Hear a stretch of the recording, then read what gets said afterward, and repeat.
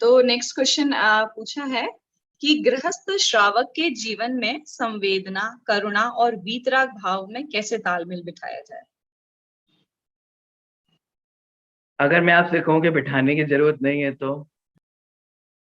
तो आप सोचेंगे कि नहीं, ऐसे कैसे बिठाने की जरूरत नहीं है, कि तो हमें बिठाना पड़ेगा, इतना तो करना पड़ेगा।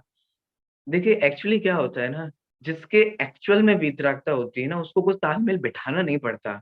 ये कोई एक क्रिया नहीं है जो हम सबको करनी पड़ेगी, या हमें बुद्धिपूर्वक स्ट्रेटेजी अपनानी पड़ेगी, क्योंकि ये क्वेश्चन जो है वो ऐसा है कि हमें कोई स्ट्रेटेजी दे दो जिसके कारण बैलेंस हो जाए हमारा। बट ऐसा होता नहीं है।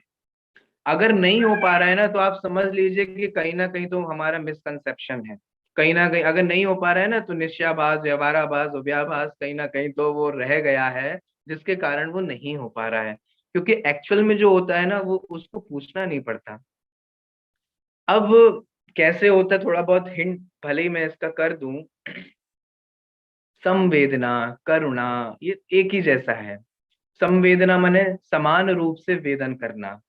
जिस जीव को जो भी वेदन हो रहा है, उसका वेदन भी आप करना, हमारे आपके प्रति संवेदना है। इसका मतलब आप जिस दुख दर्द से गुजर रहे हैं, वो हम भी वेदन कर रहे हैं।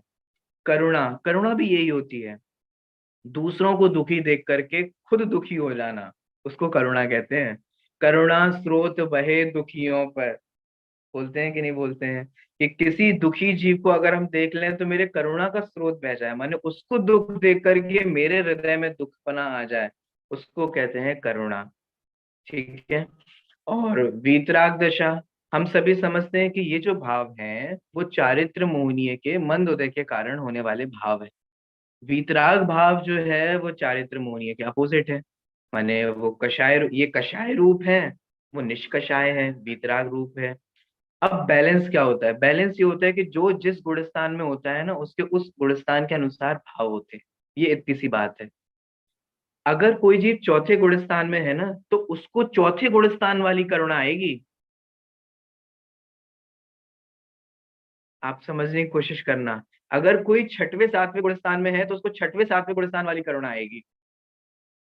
आप समझ पा रहे हैं मैं क्या कहने की कोशिश कर रहा हूँ? जैसे मान लीजिए एक गरीब व्यक्ति है, वो अपनी गरीबी से दुखी होकर के एक श्रावक के पास आया, जैन श्रावक के पास आया। अब उस जैन श्रावक के पास जब वो आता है और उससे मिलता है, तो हो सकता है कि जैन श्रावक कुछ द्रव्य का दान दे दे, कुछ उसको पैसा दे दे, कुछ द्रव्य दे दे।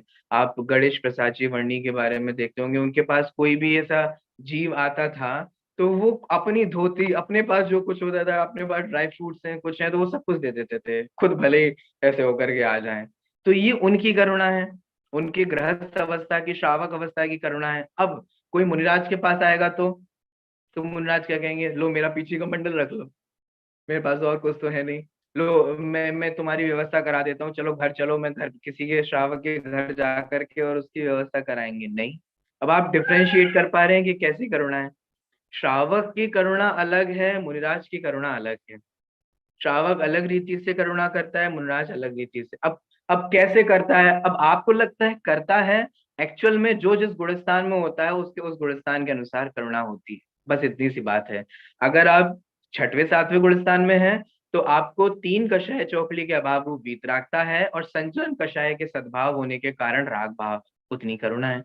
अगर आप चौथे गुण स्थान में हैं, तो अनंतानुबंधी कषाय के अभाव रूप वीतरागता है, निष्कषायपना है, और शेष कषायों के सद्भाव होने के कारण और तीव्र और मंद उदय होने के कारण विभिन्न विभिन्न प्रकार की करुणा है।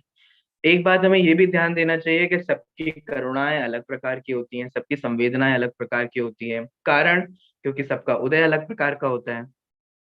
तो इसीलिए सभी जीवों में ये जो बैलेंस है वो करना नहीं पड़ता है। जो जीव जिस गुणस्थान में होता है, उस गुणस्थान के अनुसार उसको सहज ही बैलेंस होता है। इतनी से इतना सा बात है।